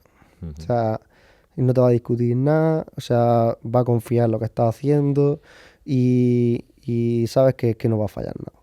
Porque A nivel nacional, ¿qué deportista crees que o tiene o puede llegar a tener la misma trayectoria que Lidia Valentín? ¿Hay alguno ahora mismo que le veas tú con esas condiciones o que tenga ciertas similitudes? de halterofilia yo no voy a ser como los medios populistas, ¿no? Que han sacado ya 10 Lidia Valentín. Vale, O sea, no hay ninguna Lidia Valentín. vale. O sea, Tú eso tienes los pies en el suelo, ¿no? no va a Ahí. pasar. O sea, Lidia es única y no va a haber otra Lidia Valentín. O sea, puede haber otra atleta con otro nombre, Ya. pero es que los medios deberían de parar con eso porque al final yo lo he visto desde dentro y cada vez que una atleta destacaba un poco, que se metía en una final europea, una final mundial, ya los titulares eran de la próxima Lidia Valentín. Y eso hace mucho daño, porque les ponen una presión a los atletas muy grande. O sea, una presión que no van a poder, es que es imposible. Ya. Un atleta que ha ganado 2 mundiales, que tiene 3 medallas olímpicas, que en la historia de España, hasta que llegó Lidia, en halterofilia no habíamos conseguido ninguna medalla a nivel olímpico. O sea, ella ha abierto eso. Ya. Entonces, el poner ese peso en alguien, es que yo no quiero nombrar a nadie porque es que no va a pasar. Ya. O sea, Es como decir el nuevo Messi Claro. o algo así, ¿no? Eso Pues, a nivel nacional, pues seguramente sea, no sé, probablemente la mejor atleta de halterofilia de la historia de España, ¿no? O una de las top, Lidia, sí, la mejor de la la historia. mejor de la historia de España Y del mundo. Sí, Ella es la que más medallas olímpicas tiene a nivel mundial. de todas las De atletas, todas las atletas. es que estamos hablando de la top. Claro. Es que no es la mejor de España, es la Vale, mejor vale. de la historia internacional. Y en España, contando también con atletas hombres, también, igual, ¿no? No hay nadie que en la historia de No, España que haya tenido ese éxito. no, y que es muy difícil. Porque estamos hablando de que en la halterofilia solo se puede conseguir por Olimpiada una medalla. ¿Vale? Conseguir medalla en 3 Juegos Olímpicos quiere decir que has estado 12 años en el máximo nivel. En el top. O sea, es muy difícil. O sea, es casi imposible. Ya. Y Lidia fue a unos cuartos Juegos Olímpicos a Tokio, que fue muy lesionada de la cadera y no pudo hacer un gran papel, pero coño, ha estado desde el 2001 en la Blume hasta 2021, o sea, 20 años dedicada al deporte profesional. O sea, una cosa que pasa cada mucho tiempo. Ya. Luego a nivel masculino, que ahora Vamos a hablar de él. sí, pues hay a otros referentes que ahora están a muy alto nivel, pero no van a llegar a lo que ha hecho Ya. Lidia. Básicamente por cuestiones temporales, tiempo, ¿no? De claro. tiempo. Vamos a hablar de él, ¿no? Marco Ruiz. Lo mencionabas que era tu compañero de cafetería en la Blume, ¿no? Y un buen amigo tuyo que ha explotado como deportista en los últimos años. No parecía, digamos, en una primera instancia que iba a llegar tan lejos a como está ahora mismo, ¿no? Que es probablemente a nivel nacional quien más posibilidades tiene de hacer grandes hitos a nivel mundial, ¿no? Marco Ruiz. ¿Cómo es este hombre?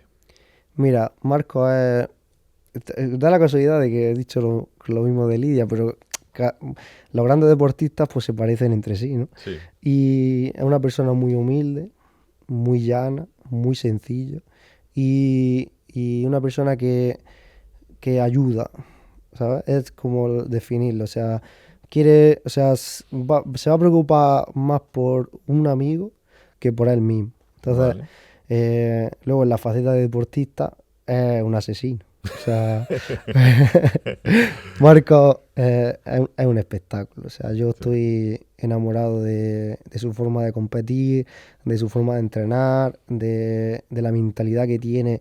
Pues estamos hablando sí que se podría comparar con Lidia en este aspecto, de que está en una de las categorías más difíciles, porque estamos hablando de una categoría 110, donde se levanta mucho peso. Y hay muchos países que tienen esa categoría. Entonces, estamos hablando de un atleta de 110 kilos que se pega contra el chino, el kazajo, el ruso, el búlgaro, o sea, y está peleando o sea, es campeón del mundo de arrancada, que en la historia se había conseguido, es subcampeón de Europa absoluto, o sea, está ahí peleando que se le dé el día, la hora y el momento, porque Marco tiene marcas de ser medallista olímpico. Vale. Y en la historia de España nunca se ha conseguido una medalla olímpica. Y nosotros, Masculina, digamos. claro, masculina nunca se ha conseguido. Entonces, nosotros estaremos todos, le ponemos la presión a él de que yo creo que tiene que ser y va a ser En los próximos. el próximo medallista olímpico, ojalá. Y porque él lo está dando todo. O sea, y es un animal competitivo, una mentalidad que es muy poco. O sea, mentalidad competitiva es el que mejor he visto de todos los deportistas que he visto yo. Ujú. De la seguridad que tiene en él mismo. Y de cómo se transforma cuando empieza a calentar en una tarima de competición y estás calentando y estás viendo al ruso que es 2 veces tú y él no se achanta. achanta, se ve grande y parece, o sea, cuando tú lo ves competir, parece que es como veían a Cristiano, ¿no? Que es un chulo, Sí. porque él pone mirada, es agresivo, da voces, ¿sabes? Pero son sus rituales Sí. para sentirse con la confianza de hacer lo que va a ejecutar en los próximos segundos, ¿no? Vemos que tiene como ese ritual, ¿no? Esa Sí. forma de muy característicos, ¿no? Pero Sí, bueno, mola mucho. cada uno hace su digamos, manía o cosas previas para ganar esa confianza y luego pues, hacer lo que hace, que es un verdadero espectáculo. Y te voy a decir que aquí en España sí que se conoce mucho, ¿no? Pero a nivel internacional, yo que tuve la oportunidad y el gran placer del octubre del año pasado, estuve compitiendo en el Mundial junto con él. Y a nivel internacional es una estrella. O sea, a él se le para los demás deportistas se paran a echarse fotos con él, los grandes que cubren el evento, Ujú. como puede ser Wellington, ATG, pues llega Marco a la sala de entrenamiento previo a las competiciones y se ponen, le graban, hace publicidad con grandes marcas. O sea Vale. que es uno de los referentes a nivel mundial. Vale. Y porque es muy atractivo de ver. La forma de que levanta, las Ujú. actitudes que tiene, o sea, engancha mucho. Y, Levanta pasiones dentro del, sí, del mundo de la halterofilia y esa fachada, ¿no? Bueno, no sé si decir fachada o ese semblante que tiene, sí. pues es como un imán, ¿no? La gente le gusta verlo y disfruta con lo que él hace. Que luego hablas con él y Y es es lo un que buenazo. decía, un buenazo y muy llano, ¿no? Pero Pero bueno, se pone, es como Superman cuando se pone se pone la capa, ¿no? Y, se pone la malla de, ¿cómo? Como una, como, se pone la malla y se transforma. O sea, vamos a hablar de David, de tu hermano. ¿De dónde le nace ese gen competitivo por el que se caracteriza? ¿Tiene algo que ver de, de ser hermano tuyo, de lo que tú le hayas podido inculcar, o lo tenía natural? Cuéntame el secreto. pues mira, David, aquí ya tocamos profundo. Porque, a ver, yo con mi hermano, la arterofilia la conozco y los mejores recuerdos que tengo dentro del deporte son con mi hermano David. Y nada, nosotros venimos de Carmona, como cualquier niño de esa etapa de los 90 donde salía el sol y nos íbamos con una pelota a la pista de fútbol sala del colegio de Carmona y nos pasábamos ahí hasta que se ponía el sol. Que llegaba la madre dando voces, venga, a la comida! Eso Bueno, no ha pasado todo. sí, pues ahí es donde nace el deporte en nosotros, de estar todo el día moviéndonos. Empezó con el fútbol, sí. Y nosotros como no teníamos muchos recursos, pues no hemos podido estar, inscribirnos a ninguna cantera de fútbol ni nada de esto, pero sí que jugábamos todos los días en las pistas. Ujú. Y nada, mi hermano, yo empiezo antes, en 2005, mi hermano no llega a la halterofilia hasta 2009. Vale. ¿Vale? Pero fue gracias a que Ciro, porque 2 años antes de 2009, lo llevé un día y Ciro se enamoró de él. Pues Ciro tiene muy buen ojo para los deportistas. Y en un solo día se enamoró. O sea, y mi hermano, ya ves tú, que pesaba 30 kilos. O sea, Sí, estaba delgado, bajito, no se veía. O sea, tú lo decías, tú, ¿cómo este tío ha visto que este va a ser bueno? ¿Sabes? ya. Y se tiró 2 años diciéndome que le llevara a mi hermano. Al final un día lo llevé. Y ahí se quedó. Entró en 2009 a la halterofilia, es lo que decía antes. Y en 2011 estaba en equipo nacional ya. En solo 2 años. 2 años, ¿no? 2 años de... En 2 años ya estaba en el equipo nacional. ¿Y Y a qué lo achaca? ¿Un talento natural innato? ¿O gen competitivo desde bien chico? ¿O que se juntó todo? mi hermano tiene mucho talento. Es de las personas más talentosas que ha coincidido, ¿no? Que las personas más talentosas que he visto yo de la halterofilia pueden ser Bracci, Marcos, Mata, Acorán y David, ¿no? Pueden ser, a lo mejor me dejo alguno, pero estos son los que yo he visto que han sido los que más han llegado lejos dentro de la halterofilia y han conseguido medallas internacionales absolutas. Y, y David tiene una cosa súper buena, que es muy nervioso, es hiperactivo, pero a más no puede. Mi hermano no podía estar quieto. Mi hermano, un entrenamiento que en el equipo nacional tardábamos 1 hora y media, él lo hacía en 40 minutos. Porque, Y eso es bueno. sí, porque la velocidad, los tiempos de recuperación, todo él lo llevaba a otro extremo. O sea, era increíble. Mi hermano, los días que se encontraba bien, bajaba a entrenar dando saltos. En la Bluma había una escalera. Es que mi hermano lo tienes que conocer bien. Pero había una escalera y la bajaba de 4 en 4. Cuando sabía que se iba a encontrar bien. Cuando te decía que tomábamos el café, pues cuando llegábamos al gimnasio, él ya estaba con 120 en la arrancada, ¿sabes? Y mi A lo hermano ha, mejor. ha roto muchas barreras. O Ya. sea, lo de Marcos, O sea, gracias a mi hermano David y a Brachi, que fueron en el mismo europeo, fueron los dos primeros de la historia en conseguir una medalla europea, absoluta, europea. O sea, nunca se había conseguido. En ese mismo europeo lo consiguió Brachi porque es categoría más baja, que era 56, y él era 69 en ese momento. Y eso fue, o sea, nosotros no, o sea, ellos fueron los que abrieron la puerta de, que los españoles también pueden coger medallas, o sea, pueden ganar medallas en europeas.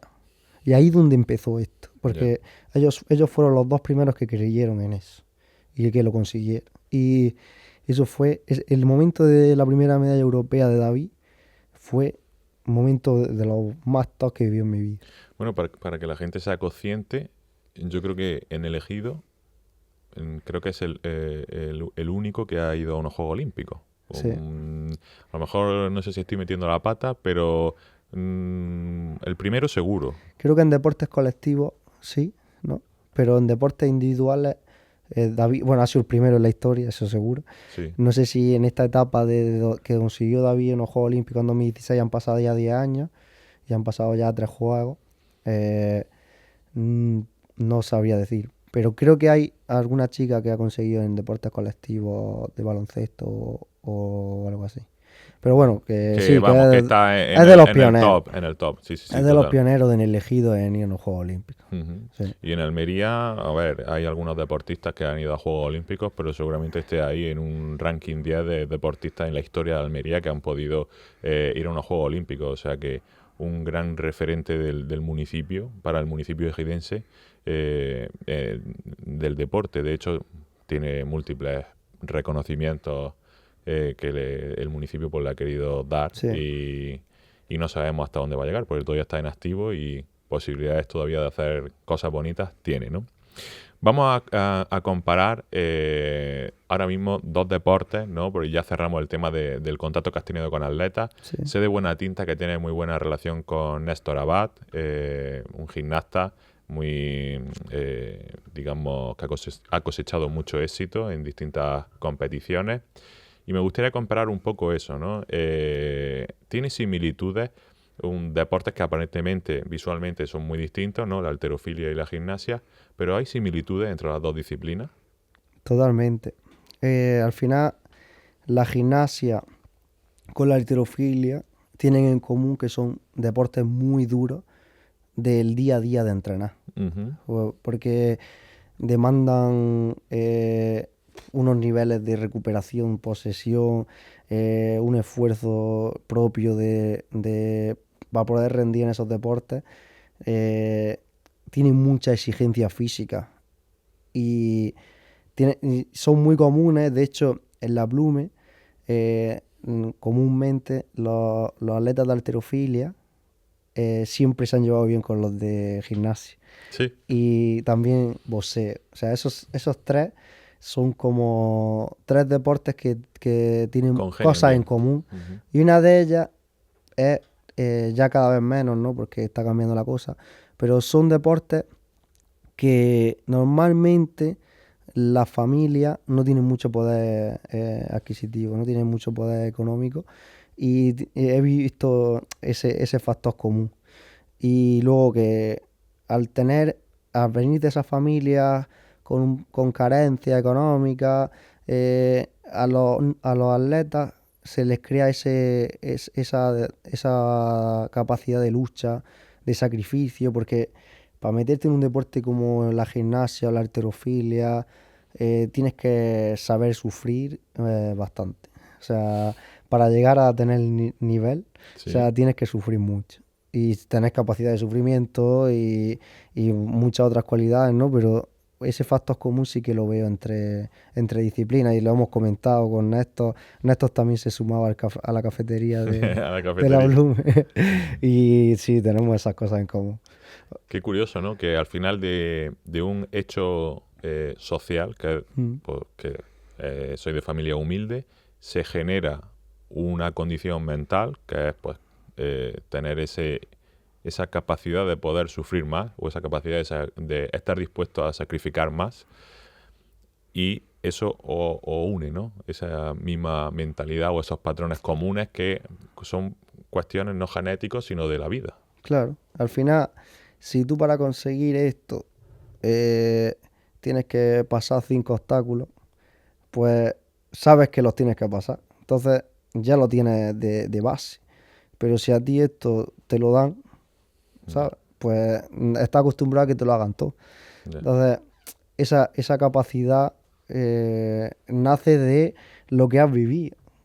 Porque la mentalidad, la personalidad y de una persona se construye en ese rango de edad. O sea, tú te defines de los 10 a los 16 años aproximadamente, pues ya ahí defines tu personalidad. Y si vienes de ese tipo de familia, de ese trabajo, del tener que luchar para conseguir las cosas que te enseñen a esto, eh, ahí el factor de poder dedicarte a un deporte que con mucha exigencia, Ujú. ¿vale? Y aquí en el Ejido, por ejemplo, sí que veo que yo pues tengo un club de halterofilia y tengo mucha cantera de esas edades.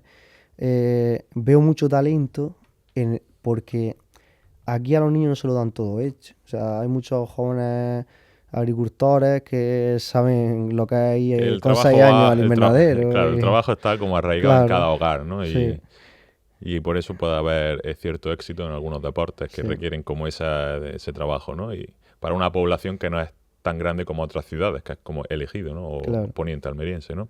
Almería. Vamos a adentrarnos ahora, Manu, en tu faceta como entrenador.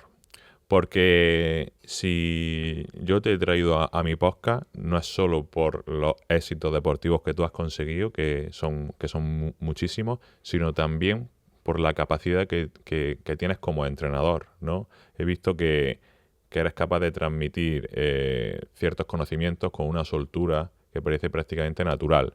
Al final llevas muchos años ejerciendo como entrenador y sabes perfectamente cómo hay que hacer este trabajo, ¿no? Entonces yo te pregunto, ¿qué debe de tener un buen entrenador? ¿Qué capacidades debe de desarrollar para tener éxito como entrenador? Bueno, una de las principales.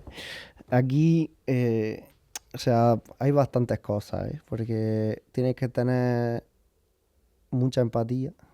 O sea, te- tienes que... o sea, un entrenador tiene que tener el eso que tiene que nacer de ti, de querer más que una persona mejore que tú mismo, ¿sabes? O sea, tienes que tener eh, ese amor por el deporte, ¿no? Eh, no sé, te podría decir muchas cosas.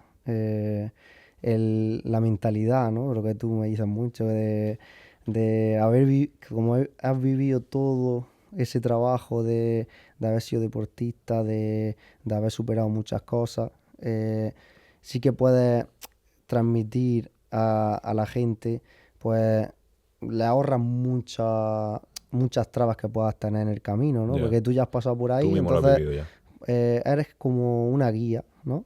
Eh, a mí me encanta el hecho de entrenar a gente y ver cómo van mejorando, cómo les vas guiando, cómo les ves. Al final te anticipa a muchas cosas. Te Vale. anticipa muchas cosas, ves lo que tiene que mejorar cada persona, la mentalidad de cada persona, cómo da esos feedbacks dependiendo de cómo es cada atleta. Cada personalidad. Claro, entonces con los años pues cada vez te vas construyendo y vas siendo un mejor entrenador, pero yo también lo achaco al haber tenido mucha diversidad de entrenadores Vale.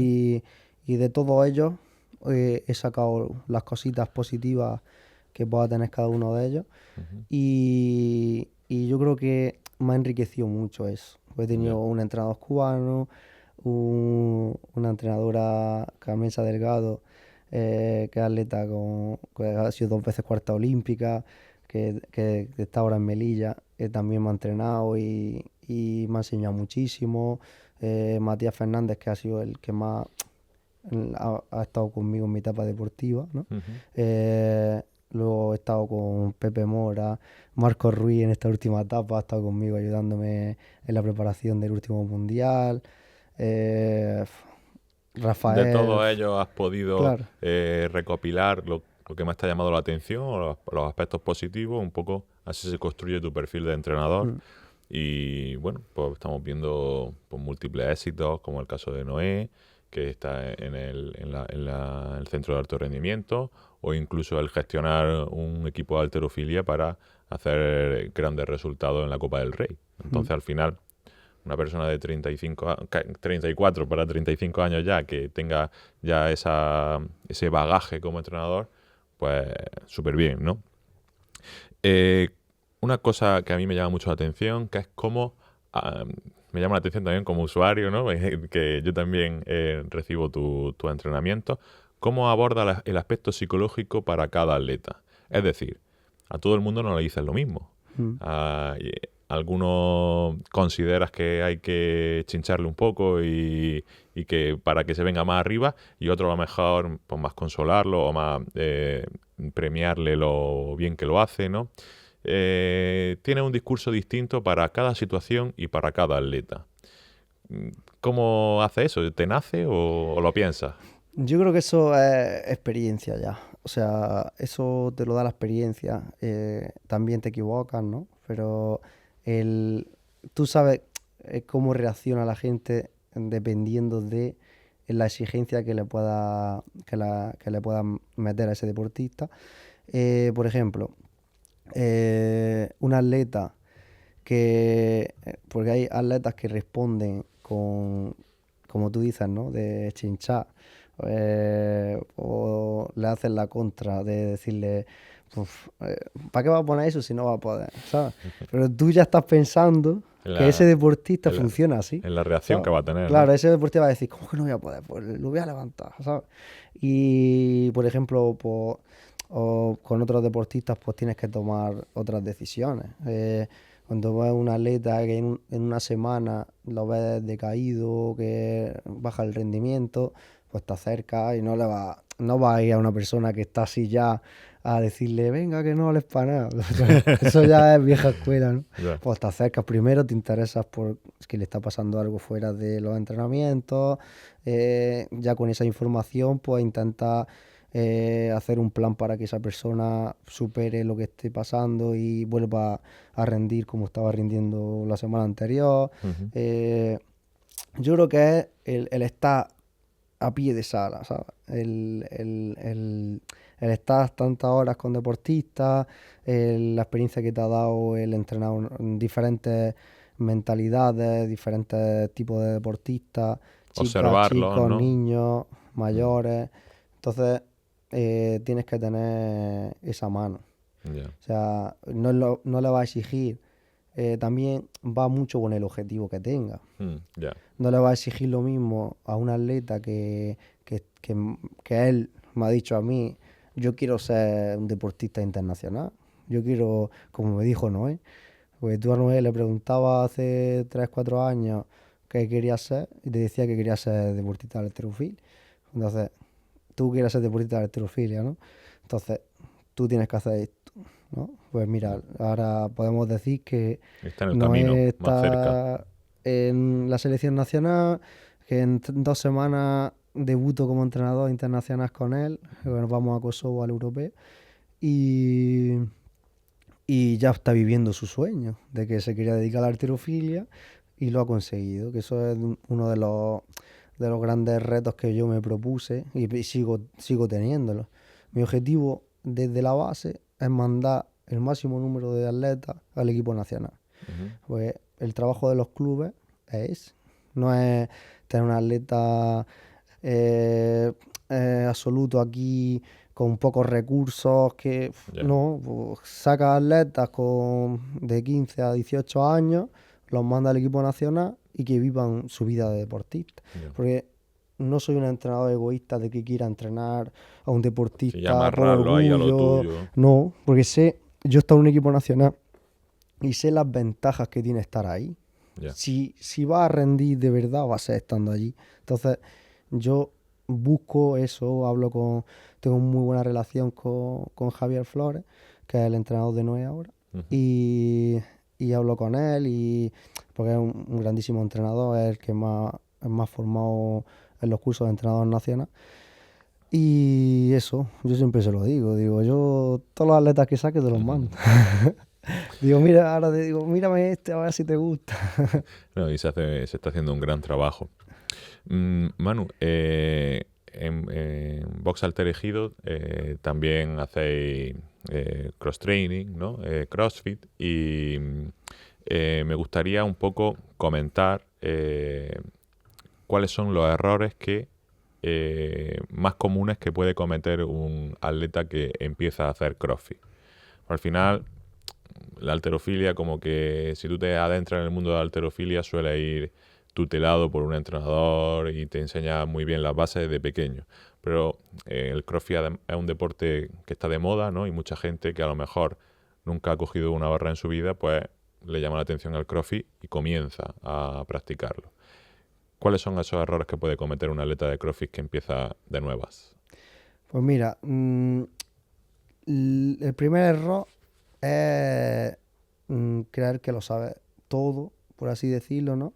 Y al final, la ventaja que tiene el CrossFit es que son clases colectivas, reducidas, hay un entrenador formado que te va a guiar, o sea, lo principal es que vayas confiando ciegamente en el que está ahí, porque el que Ya. está ahí te va a ver el nivel de movilidad que tienes, los niveles de fuerza que tienes, a nivel postural, qué carencias puedes tener y qué no, y te va que se deje guiar en aprender desde cero todos los ejercicios bien, ser metódico, aprender. El CrossFit es muy rico, por eso es un deporte que está muy de moda, porque motiva mucho, porque cada día hay un reto. Ya. Ahora me sale los dobles de comba, pues voy a practicar muscle up o O el voy a hacer ring pino. muscle up. Luego ahora se me da más el pino, pues sabes que es un deporte que mola mucho por eso, porque es muy enriquecedor el superar Los retos eso. nunca se acaban, digamos. Eso es, nunca se acaban los retos, siempre puedes ir un poquito más rápido en los watts. Ya. O sea, es un deporte que yo, de hecho, en mi parte de preparación, hago parte de preparación física, muchos entrenamientos hemos compartido. Y eso, que se deje guiar, que no tenga ego, ¿no? Porque sí que he visto mucho de que, por ejemplo, un chico que está fuerte del gimnasio, ¿no? Que Ujú. lo ves que pues, hace 100 press banca o en movimientos lineales que tienen menos complejidad técnica, se maneja muy bien, pero luego está en clase con una chica de 40 kilos que te hace 50 en arrancada. Ya. Entonces, el chico que empieza nuevo a hacer una arrancada, pues tiene que pasar por un trabajo de movilidad muy bueno para que sus articulaciones estén preparadas para el movimiento, un trabajo técnico que no tienes que tener ego porque tienes que estar con la barra, haciendo ejercicio de movilidad, que también tenemos clases de movilidad, pues ve a movilidad, haz tu trabajo bien y en unos meses vas a Podrá. disfrutar de hacer una arrancada. Pero Ya. claro, si tienes ego y ves a la chica que pesa 40 kilos y hace 50 de arrancada, pero no sabes que esa chica lleva 6 años de su vida entrenando Ya. y que ha ido día tras día a entrenar. O sea, no pretendas ganarle ese mismo día. Ya, totalmente. O sea, por recopilar sería abandonar el ego, dejarte guiar por tu monitor, ¿no? Por tu profesor y prepararte en ciertas condiciones que son necesarias para poder hacer CrossFit, como por ejemplo la movilidad, flexibilidad, Mm. técnica, ¿no? Un poco sería eso las principales pautas. Sí, pero que todo el mundo puede hacerlo. O sea, como bien sabes, hay adaptaciones de todos los ejercicios. El CrossFit eh, son entrenos de 1 hora y cuarto, 1 hora y media, donde compartes con gente, te los pasas súper bien. Si no puedes hacer un ejercicio al principio, disfruta de hacer otros ejercicios que puedes hacer, cánsate, ponte en forma, Ya. trabaja todas tus capacidades, porque el CrossFit te prepara para todo, corremos, hacemos burpees, trabajamos la fuerza. eh, o sea, no tengas miedo de empezar y no tengas el ego de querer ir rápido, Ya. ¿vale? Al final Porque se disfruta del proceso dejando que cada cosa llegue a su momento. Si haces eso las es. cosas bien, al final las cosas llegan, ¿no? Vamos a terminar ya el episodio haciéndote unas cuantas preguntas curiosas para mí, yo supongo que para la gente también le interesará, Bueno, y a ver qué nos responden, ¿no? Imagínate que tienes en una clase a 10 niños, todos de una edad muy parecida, entre 8 y 12 años, y vienen todos el primer día de clase. ¿Tú serías capaz de, con un día de clase, identificar qué niño puede tener más proyección para llegar a ser un atleta profesional? sí, de base sí, pero tienes que saber de dónde vienen esos niños. Porque si te viene un niño que ha hecho gimnasia, por ejemplo, va a tener la movilidad, va a tener las posiciones mucho mejor que un niño que viene de jugar a la consola. Ya. ¿Sabes? Pero a lo mejor ese niño que viene de jugar a la consola se desarrolla, empieza bien desde la base, con una edad que yo considero que la base va a empezar bien en la halterofilia desde los 10 a los 14, es la mejor edad, y donde va a poder construir una técnica que a partir de los 12, 13, que ya empiezan los campeonatos de kilos, ya tiene la técnica y ya es solo trabajar para mejorar a niveles de kilos, ¿no? Ujú. Y sí que sabría, mira, hay que fijarse mucho en las posiciones, ¿no? Vale. Los encajes de codo. En las captaciones de talento hacemos saltos verticales, carreras cortas. Pues hay un denominador común en los atletas que han sido buenos, o bueno, que han sido medallistas olímpicos y demás, que es el salto, ¿no? Son atletas que son potentes, son coordinados, son explosivos, se mueven rápido y, y en eso te fijas. O sea, Ya. hay un protocolo de captación de talento. Vale. Pero luego te puede sorprender un Marco Ruiz, por ejemplo, que seguramente en esa captación de talento, porque Marco no destacó hasta siendo junior. A lo mejor en Y esa ahora es captación el de campeón del talentos mundo. pasaba desapercibido y Claro. luego su momento llega posteriormente, explota y fíjate. Pues muy interesante, ¿no? Me quedo con el tema ese del salto, ¿no? Al final es como en una primera instancia valorar una cualidad física, ¿no? La potencia, ¿no? El salto vertical y, y eso te puede ir guiando un poco inicialmente.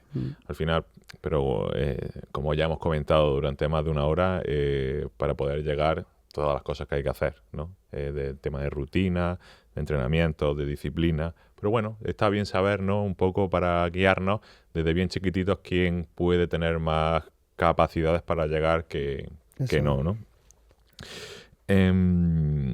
Manu, si pudieras cumplir un deseo dentro del mundo de la halterofilia que todavía no hayas cumplido, ¿cuál sería? Pues ir a unos Juegos Olímpicos. Pero eso, o sea, poder decir que soy deportista olímpico, pero ya no va a ser. Ya.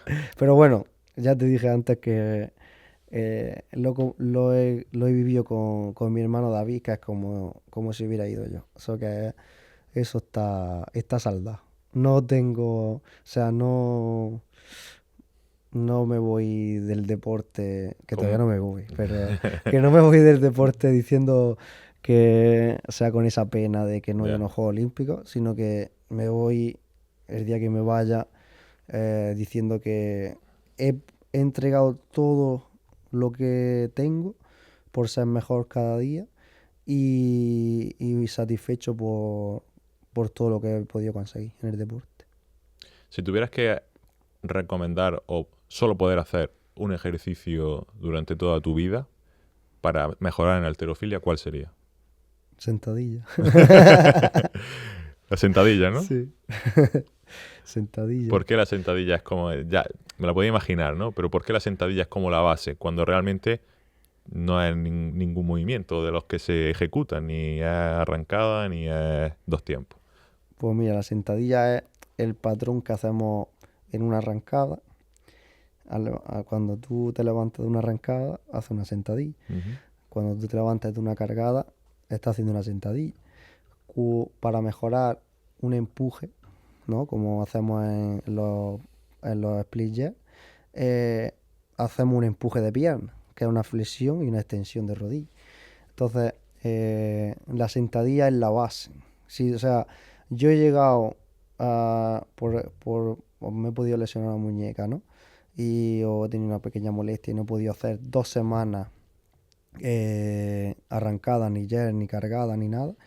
Y he estado 2 semanas haciendo sentadillas y cuando he recuperado he estado en el mismo nivel. Entonces, Fíjate. o sea, Eso responde a esta pregunta, tiene un vamos. porqué. Ya, ya, ya. Claro. Y ya para cerrar, ¿con qué anécdota de tu carrera te quedas? ¿Anécdota o momento?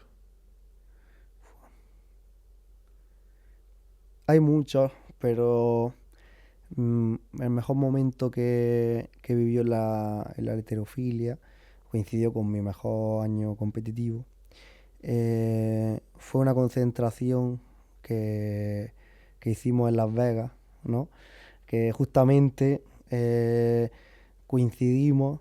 Pues yo siempre hablo de Marcos, David y junto conmigo, que éramos los tres que estábamos siempre juntos, pudimos competir los tres en ese mundial.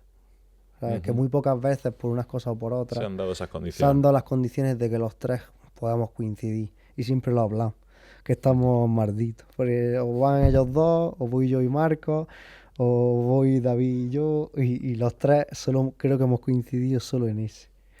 Y lo viví, esa concentración y ese posterior campeonato, lo viví muy bien. Tengo muy buenos recuerdos de ese año. Pues Manu, dice mucho de ti que el recuerdo que más valoras sea por lo que has compartido con tu gente y no por algún mérito individual, cuando estamos hablando de un deporte individual, ¿no? Mm. Así que con esta mini reflexión nos vamos. Ha sido un placer poder entrevistarte. Probablemente esta conversación la hayamos tenido ya muchas veces tú y yo con los micrófonos apagados, pero es distinto poder hacerlo aquí y que la gente conozca un poco más de tu vida y que dé el valor que se merece el tener a Manuel Sánchez como entrenador en el Ejido.